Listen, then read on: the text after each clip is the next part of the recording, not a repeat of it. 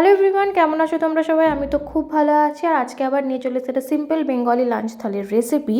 তো আজকে কিন্তু আমাদের যেহেতু বৃহস্পতিবার বলে নিরামিষ ছিল, সেজন্য সবই কিন্তু নিরামিষ রান্না হয়েছে। তো প্রথমেই আমি ভাতটা বেড়ে নিয়েছিলাম থালায়, তারপরে ছিল স্যালাডে পেঁয়াজ, শসা, লেবু। পেঁয়াজটা যেহেতু কাটা ছিল ওই জন্য ওর মধ্যে রাখা রয়েছে, বাট ওটা অ্যাজ এ স্যালাড আমরা খাইনি, যেহেতু নিরামিষ আগেই বললাম।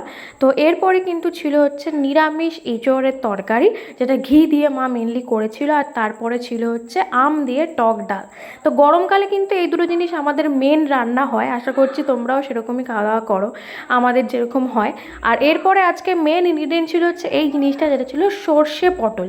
মানে এটা হচ্ছে তেল দিয়ে সর্ষে দিয়ে একদম মানে ভালো করে পটলটাকে এরকম রান্না করা হয়েছিল। তো যদিও বা এর মধ্যে কিন্তু কোনো স্টাফিং ছিল না, মানে স্টাফড পটল সর্ষে এটা নয়, এটা নর্মাল পটল দিয়েই করা হয়েছিল। আর এর সাথে ছিল সেই যে আমি আগের দিনও দেখালাম যে এই হচ্ছে সেই আমের চাটনি, যেটা আমি একদম নেশার মতন খেতে আরম্ভ করেছি। আর তার সাথে ছিল আজকে থার্সডে স্পেশাল পাঁপড় ভাজা। তো প্রথমেই কিন্তু আমি একদম সব কিছু স্কিপ করে নিয়ে নিয়েছিলাম এখানে সর্ষে পটল। আর এই জিনিসটা কিন্তু আমি খুবই পছন্দ করি। সবসময় আমাদের বৃহস্পতিবার ওই পটলের তরকারি খেতে তো ভালো লাগে না, বা পটল ভাজাও ভালো লাগে না। তো ওই জন্য মা আজকে অনেক দিন পর রান্না করলো এটা হচ্ছে সর্ষে পটল। আর দেখতেই পাচ্ছ যে পটলটা কিন্তু ভিতর থেকে পুরো সফট হয়ে গেছিলো। আর সেরকমই কিন্তু এই মশলাটা দিয়ে ওটা আরও ভালো লাগে খেতে। তোমরা যদি এটা কখনো ট্রাই না করে থাকো তাহলে আমাকে জানিও, আমি তাহলে তোমাদের সাথে রেসিপিটাও একদিন শেয়ার করবো। এটা কিন্তু খেতে দারুণ হয়, তোমরা বাড়িতে ট্রাই করে দেখতে পারো। তো চলো, ভাতটা মেখে নিয়েছি কিন্তু সর্ষেটা দিয়ে, তারপর এটা একটু পটলটা দিয়ে খেয়ে দেখবো যে কীরকম রান্না হয়েছে। আর খেয়ে বুঝলাম যে মা কিন্তু সত্যিটা দারুণ বানিয়েছিল।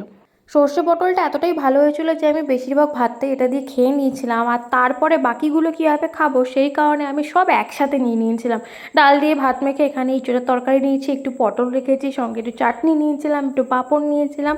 আর এই সব কিছু মিক্স করে মাঝে মাঝে খেতে না দারুণ লাগছিলো। তোমরা যদি কখনো এরকম না খেয়ে থাকো, কখনো ট্রাই করে দেখো এরকম ডাল দিয়ে একদম প্লেন প্লেন ডাল বা প্লেন প্লেন ঝোল দিয়ে ভাত মেখে তার সাথে একটু চাটনি দিয়ে খেয়ে দেখো, দারুণ লাগে খেতে। আমার তো খুবই ভালো লাগে। তো কখনো এটা কিন্তু ট্রাই করে অবশ্যই দেখো।